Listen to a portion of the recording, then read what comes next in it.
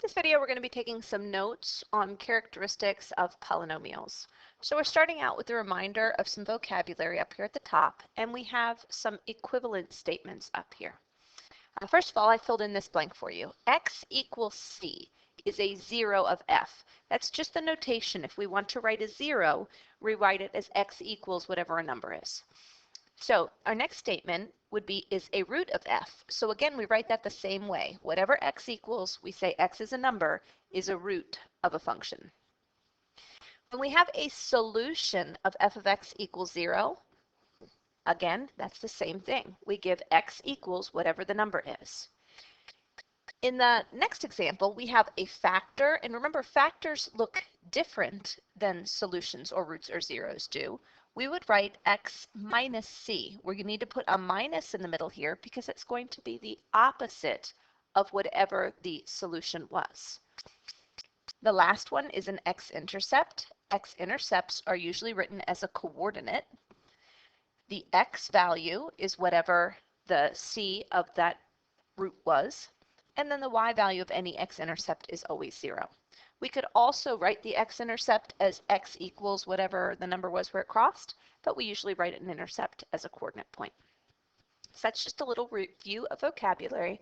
We realize that zeros, roots, solutions, x-intercepts, factors, those guys are all related.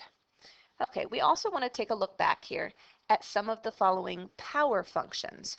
Again, a power function is just x raised to any power. So the first one, y equals x, that was a straight line that went through the origin. The next one, y equals x squared, that's a quadratic function which made a U shape.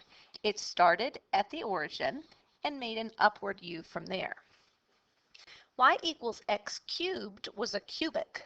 A cubic made an upward side of a U on the right, and then on the left, it had a downward facing U. So x cubed, the cubic, made a bend shape there. X to the fourth looked more like x to the squared. It was a U, but my U was a little flatter at the x-intercept, and it was a little steeper on the sides than my x squared function is. X to the fifth looks similar to x to the third, where it's going to go up on the right, but it's going to be a little steeper than x cubed is and a little flatter right here towards the x-intercept. And then the left side also bends downward. All right, so those are our basic shapes of our power functions, and we're going to use these shapes throughout the rest of this lesson. So for the next part, we have some fill in the blank work. So on this sentence, we have the blank of a polynomial is the biggest power when written in what? Well, the biggest power is what we call the degree, and our function has to be written in standard form. So in standard form is when it's written out with all the multiplication and combining like terms that can be accomplished. Then the degree is the biggest exponent. All right, the next sentence. The multiplicity of a factor is a factor's power when written in, that would have to be in factored form if we're talking about multiplicity. So if we had like x minus 3 to the fifth, then this 5 is what we would call the multiplicity. So multiplicity applies to just one factor, whereas the degree up here, if we had something like x to the fifth plus 2x cubed, and then we had more stuff afterwards, the 5 is the biggest exponent, that's the degree, and that one's written in standard form. All right, on to the next one. The blank of a factor will affect the shape at the corresponding 0. That's the multiplicity. Remember, a factor has a multiplicity, the degree is for the whole equation. So in the region near the 0, the function will look like the power function of the given factor. Remember, these were our power functions up here on the top. So if we're near a multiplicity of 1, the multiplicity of 1 would be something like x to the first power. So our curve is going to look linear right there. It's going to look like a straight line. Near a multiplicity of 2, The multiplicity of 2 would be like a squared factor. So our curve is going to look like a quadratic.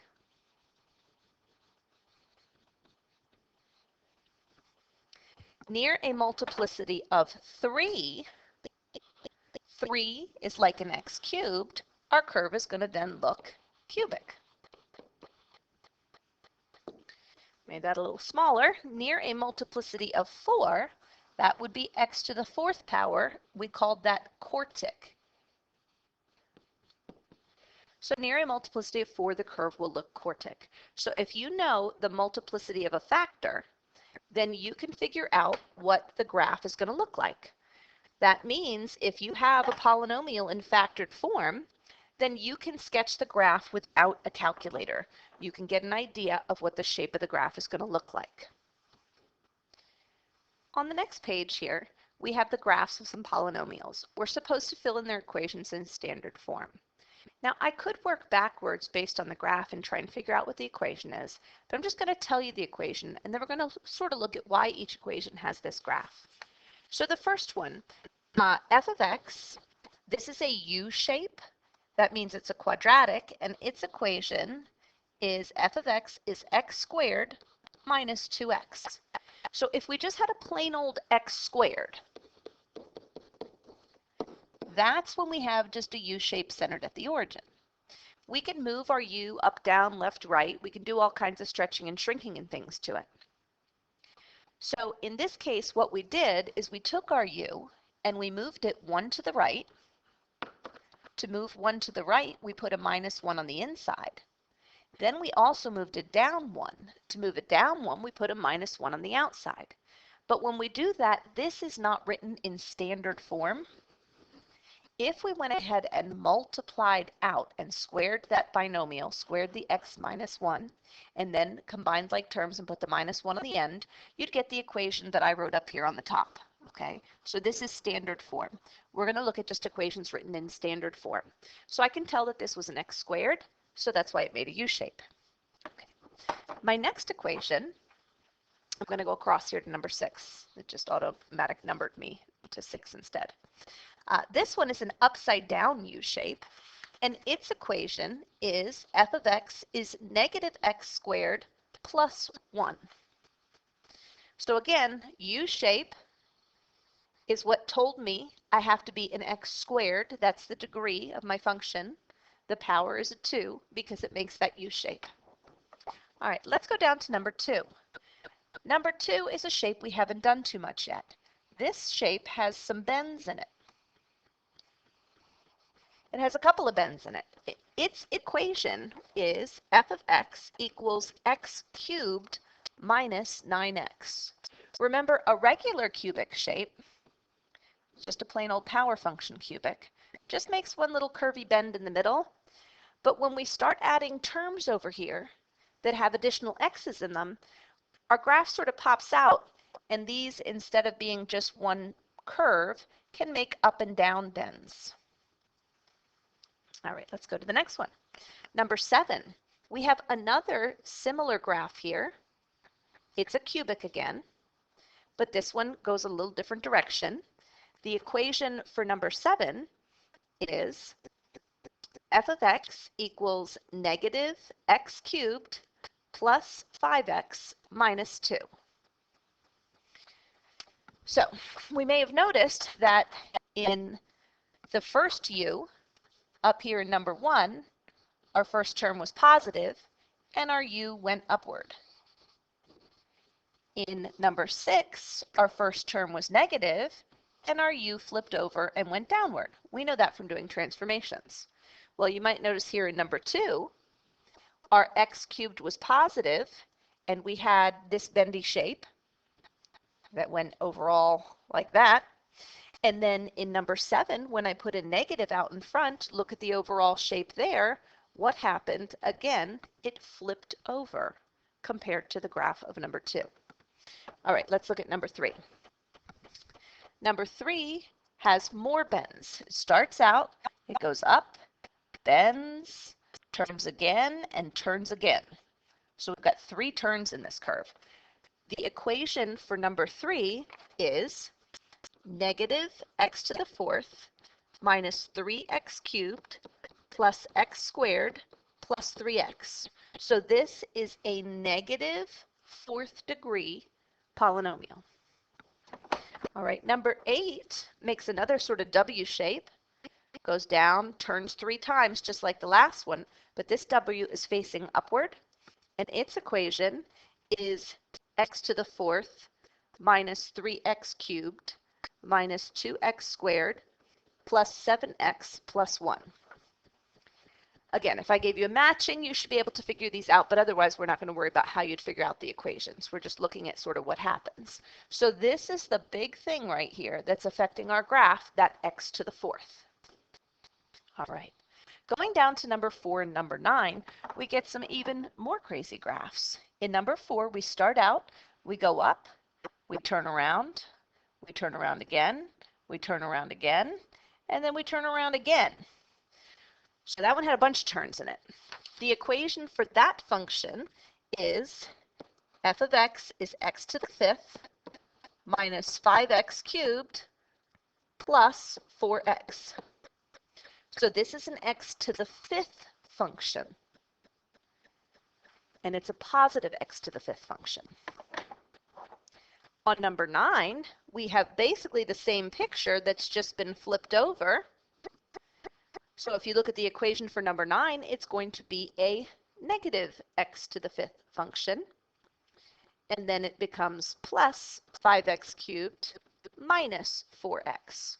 So if I take my equation over here for number 4 and I multiply the whole thing through by negative, the first term would become negative, the second term would become positive, and the last term would become negative. And that's how I got that equation. I just flipped it over and made it negative. All right, so those are both x to the fifth graphs. Number 5 has even more turns. Whoops. Okay, scratch that. Number 5 was accidentally a copy of number 4. I don't know what happened on this version. It was supposed to be a line like this. It was supposed to be a line that went through 3 and negative 3. So that's just a regular old line. Y equals x. That's been scooched up 3, so it's y equals x plus 3. I wanted you guys to see one here that's a first degree function, or that has no other exponent with it. All right, then the one that had all the crazy exponents here was number 10. We got lots of curves. We've got 1 curve, 2 curves, 3 curves, 4 curves, 5 curves. So this makes a big curve, both ends pointing up in the air there. And the equation of that one is f of x is x to the sixth minus 14x to the fourth plus 49x squared minus 36. So this is an x to the sixth function that made this shape. All right, now we're going to turn over and we're going to look at the second page at the same time. So we're going to do some analysis of what's going on with these graphs. Up here at the top, it says roots. What do roots equal? Well, what can we say for roots? Another word for roots would be zeros, would be solutions to an equation, or they could be an x-intercept on a graph, right? So we're going to look at these graphs and we're going to find out how many real roots, those are real visible x-intercepts that we can find, for each polynomial equation. So for degree 1, the only equation we had over here that was degree 1 was number 5. That was x to the first power. How many x-intercepts does this function have? It has only one x-intercept. How about the degree 2 equations? The degree 2 equations were up here at the top, number 1 and number 6. Those each had 1, 2 x-intercepts. Number 6 had 1, 2 x-intercepts. So a degree 2 had 2 x-intercepts. The degree 3 equations were right here, number 2 and number 7.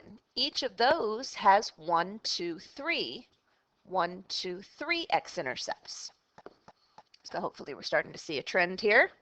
The fourth degree, or numbers 3 and 8, each had 1, 2, 3, 4 x-intercepts. Again, 1, 2, 3, 4 x-intercepts.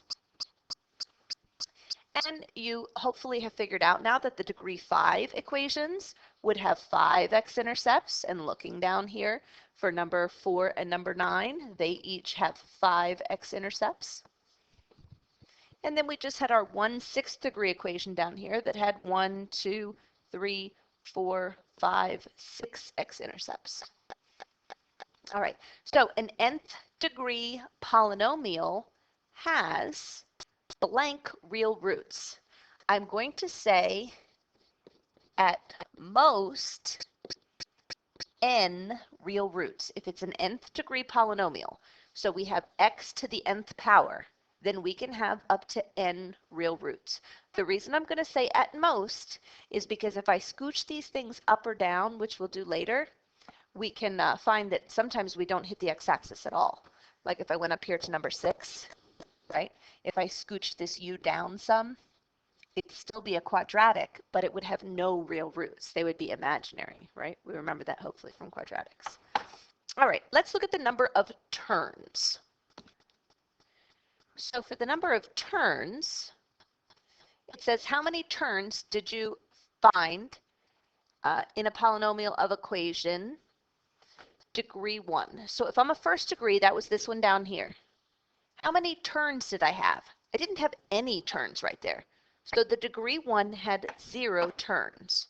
My degree 2 equations were up here at the top. So this one has, I'm going down, I turn, and I go up. So that's 1 turn right there, 1 turning point. And the second one, number 6, also had 1 turn. So degree 2 equation has 1 turn. My degree 3 equations, which were right here in the middle, I have 1, 2 turns in each of my third degree equations. So my third degree equations have 2 turns. For my fourth degree equations, here's the fourth degree equations, I have 1, 2, 3 turns in each of those. 3 turning points. The fifth degree equations have 1, 2, 3, 4 turns. 1, 2, 3, 4 turns. So let's hope the 6th degree has 5 turns. And if I come down here and look, I do have, oops, sorry, my highlighter back. 1 down there, 2, 3, 4, 5 turns in that 6th degree equation. So an nth degree polynomial has, again, I'm going to say at most, n minus 1 turns. Again, for this one, the reason I say at most, if I had a cubic function, just a plain old x cubed, I don't have to make the 2 turns in it. I could just be a plain old saddle point in the middle there where I make a bend instead of doing my turns. Okay, again, for my 6th degree, y equals x to the 6th just looks like a plain old u, but it can have up to 5 turns in it. All right, let's talk about the end behavior of these graphs. Okay, next we're going to look at the end behavior of these functions, and we're talking about both ends. That's why I say as x approaches plus or minus infinity. So what do you notice about the end behavior of all of the polynomials of even degree? So my even degree polynomials, this one was an x squared, this one was an x squared. Here was x to the 4th, and let's look at just the ends here. X to the 4th, here are my ends. X to the 6th, here are my ends. So hopefully what we notice is both of the ends always pointed in the same direction. They either both pointed up, like we had here, they both pointed up, or they both pointed down. They both pointed down, they both pointed up. They both pointed up. So the ends go the same direction. We'd fill in the blank. All right, what do we notice about the end behavior of all the polynomials of odd degree? So these are our odd functions. So let's look at our odd functions. Here's number 2. We've got the left end is pointing down, and we've got the right end is pointing up. In number 7, the left end is up, and the right end is down. So they're going opposite directions. Again, for my odd ones here, I've got one end pointing down and one end pointing up. In number 9, one end pointing up, one end pointing down. And number 5 was also an odd degree function next to the first, and that one also had one end pointing down and one end pointing up. So for any odd polynomial, the ends go different directions. All right. So we know the general shape. In essence, all of the evens make some sort of U shape. It's either a right side up U or an upside down U. They might get little bumps in between, but overall both ends are going to go the same direction. Whereas my odd functions, they all went different directions. So if they started down, even if they wiggled, they ended up. Or if they started up, even if they wiggled, they ended down. All right, now we're going to look at just the right side and behavior. So as x approaches infinity only. Okay, so this says, what is true about the leading coefficient of the equations whose graph increase? So as x approaches infinity, y approaches infinity. In other words, they go up on the right.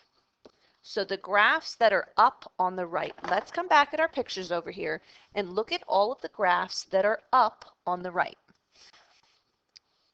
Number 1 is up on the right. Number 2 is up on the right. Number 8 is up on the right. Number 4 is up on the right. Number 5 is up on the right. And number 10 is up on the right. What do you notice about all of those? What do they all have in common? Let's look at the first term, x to the 6th, x to the 5th, x to the 4th, x to the 3rd, x squared. Some of them are even, some of them are odd, but what they all have in common is they are all positive first terms. So polynomials with, if I'm going to fill in my blanks over here, polynomials with positive leading coefficients go up on the right side. Okay. For the next one, what is true about the leading coefficients of the equations whose graphs decrease? So as x approaches infinity, y approaches negative infinity, or they go down on the right. X is still going to infinity, so x is still the right, but y is now approaching negative infinity, so that means down. All right, so let's look at all of those. Get my highlighter back here. So on the right side, number 1 goes down. I'm sorry, that's number 6. I lied. Number 6 goes down. Number 7 goes down. Both of those had negative leading coefficients. Number 3 goes down. Again, a negative leading coefficient. Number 9 goes down. Negative leading coefficient. So all of my graphs that pointed down on the right had a negative leading coefficient.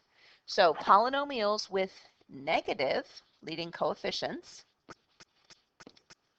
go down on the right side.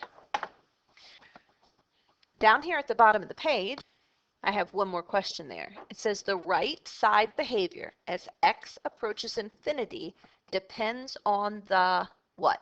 It depends on the sign of the leading coefficient.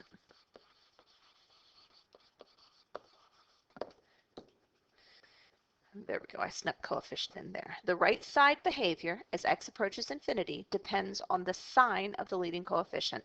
It has nothing to do with whether it's even or odd. So if the sign of the leading coefficient is positive, then the right side goes up. If the sign of the leading coefficient is negative, then the right side goes down. As far as the degree goes, if the degree is even, then both sides go the same direction. If the degree is odd, then both sides go different directions. Might as well keep working up here with the number of turns. The number of turns is typically 1 less than whatever the degree is. And then the number of real roots up at the top. The number of real roots is usually the same as the degree.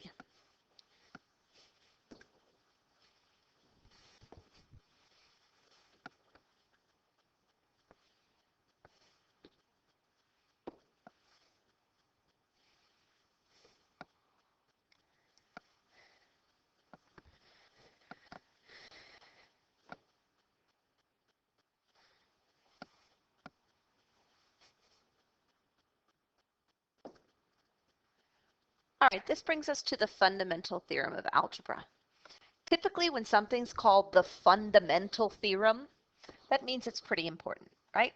The fundamental theorem of algebra says, if p of x is a polynomial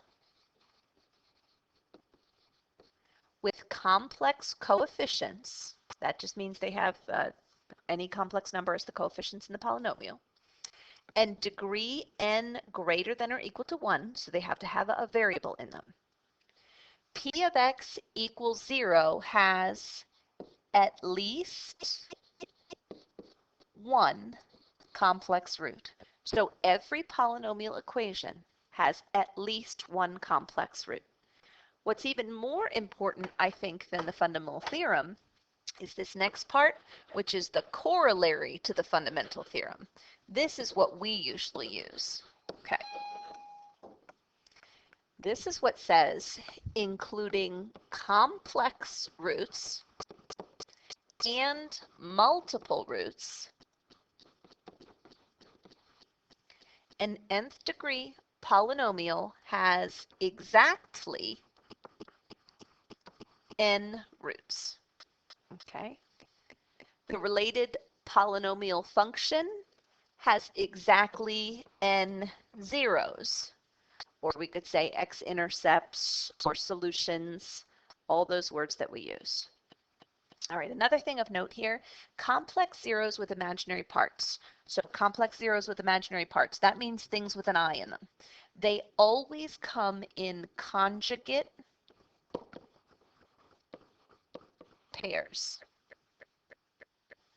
On the graph, this creates a turn that could have crossed the x-axis, but did not. We'll look at that more in just a second. But the conjugate pairs, we did this before when we did imaginary numbers. There's an example down here. If 3 plus 2i is a root of p of x, then 3 minus 2i also has to be a root. If there's an imaginary, it has to be in a complex pair.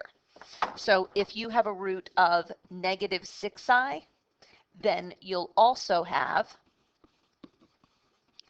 positive 6i, because the conjugate of negative 6i is positive 6i.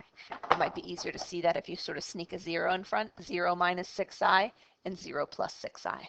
Remember, when we do the quadratic formula, we get the plus or minus the two different answers, and you always have that with any imaginaries. All right, next sentence. Each turn that could have crossed the x-axis but did not creates two zeros with i's. Okay, they always come in a pair, so it has to create a pair of zeros with i's or two zeros with i's. So let's look at actually doing some examples. We're going to kind of break these into parts with our directions. The directions here, first they say circle whether the given functions have positive or negative leading coefficients. Okay, then we're going to figure out the degree. We're also going to figure out the number of turning points. And we're going to figure out the number of complex zeros with imaginary components. And then last, we're going to, on the graph, mark each real zero with an X. We don't necessarily want to do these in that exact order, but those are all the things we need to do. I'm just going to start with the first one up there. Circle whether the given functions have positive or negative leading coefficients. Remember, to tell the leading coefficient, I want to look at the right side behavior. If the right side goes down, that has a negative leading coefficient. If the right side goes up, that has a positive leading coefficient. On number 13, the right side goes down, so that's a negative leading coefficient. On number 14, the right side is up, so that's a positive leading coefficient.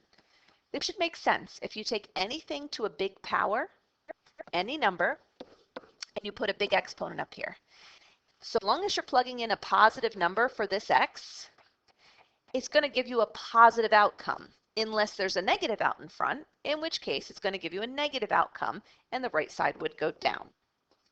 The next thing on my list is the degree.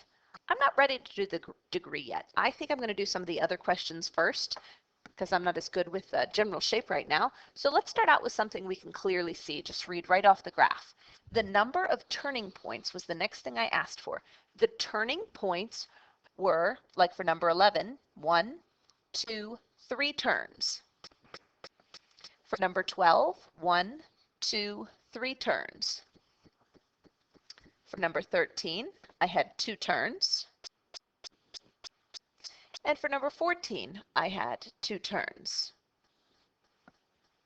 All right. I can also look at the last thing I asked to do, which was to mark each real zero with an X. So the real zeros are the x-intercepts, so I'm going to do this last part. Those are easy enough. There's one, there's one. All of these x-intercepts, now number 12 only had 2. Number 13 has 2, but there's a special one there. And number 14 only had 1. So the number of real zeros does not necessarily depend on the shape of the graph. I'm just looking for where it crosses the x-axis. Now I'm going to go back and I'm going to figure out the degree. Remember, if I have 3 turns, then I can come up here and figure out I must have been a 4th degree function because I always have one more degree than I have number of turns. You can also sort of look at the degree like you're counting segments. If I started out and I traced this graph, I went up, that was one segment. I came down, that's another segment. I went up, that's a 3rd segment. I came down, that's a 4th segment, making this a 4th degree function. Let's see if that works over here on number 12. I've got 1 stretch coming down, 2, 3, 4. So if this is a 4th degree function, that should make sense. I've bumped up my number of turns by 1. On number 13, I have 1, 2, 3 pieces, 3 branches, so that makes me a 3rd degree function. Again, I bumped up my number of turns by 1 to get the degree. Same thing goes on number 14 with my turns, 1, 2, 3 branches, which is 1 more than the number of turns there was. Okay, so for the degree, I can count the number of branches, or I can add 1 to the number of turns, because there will always be 1 more branch than there is turns. All right, so if I know that number 11 is a 4th degree function, that means I have to have 4 total zeros. That's my corollary. But when I look at my picture, I have 4 real zeros because I had 4 x-intercept. So if I'm trying to figure out this last thing here, the number of zeros with imaginary components in them, I can't have any. All 4 of my zeros from my 4th degree function were real zeros. So that leaves me with no imaginaries. In number 12, I have 2 real zeros because I have 2 x-intercepts. I'm supposed to, for a 4th degree function, I need to have 4 total zeros. That must mean I have 2 zeros with imaginary parts. And remember I said that sentence we'd get back to in a few minutes? Whenever we have a turn right here, this turn, if I scooched it down and made it lower, could have crossed the axis and made 2 more zeros. But it doesn't cross the axis. It's up there above. That's when we create a pair of imaginaries. I'm going to jump to number 14 because here's another one of those. Here's a bend that could have dragged down and touched that x-axis twice, but it doesn't. So that's going to create a pair of zeros with imaginary components. My number of zeros with imaginaries must always be even. Okay, let's see if this jived with the rest of our work. This is a 3rd degree function on number 14, so I should have 3 total zeros. I had 1 real from the picture, And that's why I have to have 2 with i's to make my total of 3 zeros. All right. Number 13 is a little different. I've got this one real. Now I've got this one right here that's a special 0. This is a 0 where I was a touch and turn point. So you can kind of count it like the 0 for the branch coming up and the 0 for the branch coming down. We called this a double root, if you remember from quadratics. It was a turning point is the root. When that happens, I have to count this as a 0 2 times. So technically when I'm counting right here, I had 1, 2, 3 counting the multiple roots. So I had 3 real roots because 1 was double.